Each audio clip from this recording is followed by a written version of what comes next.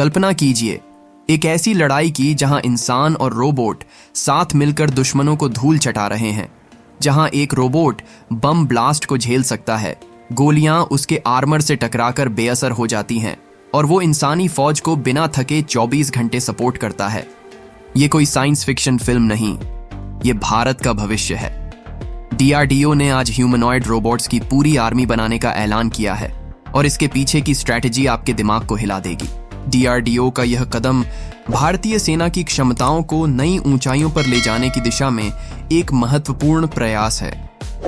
इन humanoid robots को विशेष रूप से उन स्थितियों में तैनात किया जाएगा जहां मानव जीवन को गंभीर खतरा हो सकता है।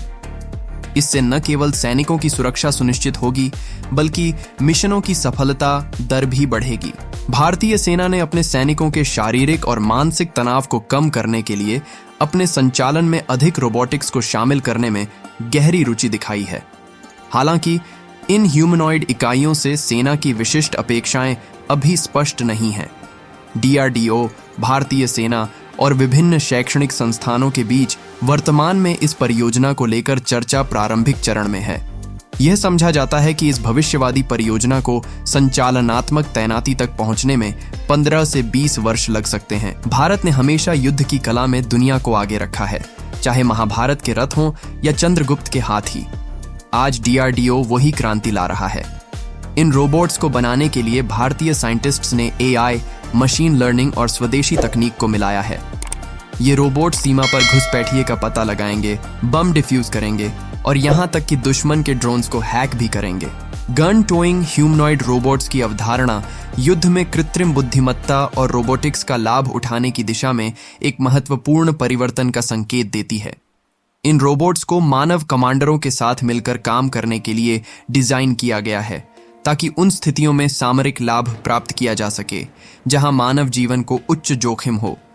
उद्देश्य मानव सैनिकों को प्रतिस्थापित करना नहीं, बल्कि उनकी क्षमताओं को बढ़ाना है, जिससे मानव और मशीन के बीच एक समन्वय स्थापित हो सके जो सैन्य संचालन में क्रांति ला सके। इस तकनीक के विकास में कई जटिल चुनौतियां शामिल हैं, जिनमें निर्णय लेने के लिए उन्नत AI का एकीकरण, स्वायत्त हथियारों से संबंधित नैतिक विचार और गतिशील युद्ध क्षेत्र वातावरण में नेविगेट करने और अनुकूलन करने में सक्षम रोबोट्स की आवश्यकता शामिल है।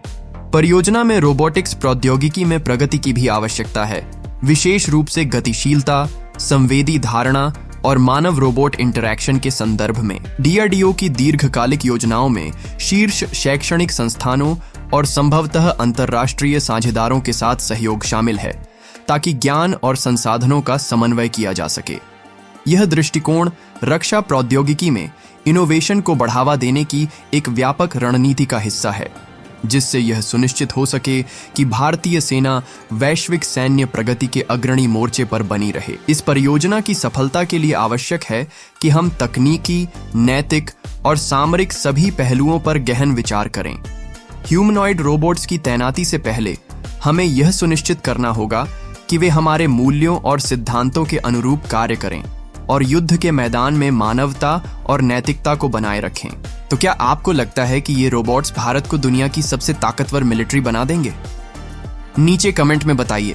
और हाँ, अगर आपको ये वीडियो पसंद आया हो तो लाइक और शेयर करना ना भूलें, क्योंकि जब भारत की बात होती है तो हर भारतीय का फर्ज बनता है कि वो आवाज उठाए। फिर मिलते हैं एक नई सनसनीखेज खबर के साथ। जय हिंद।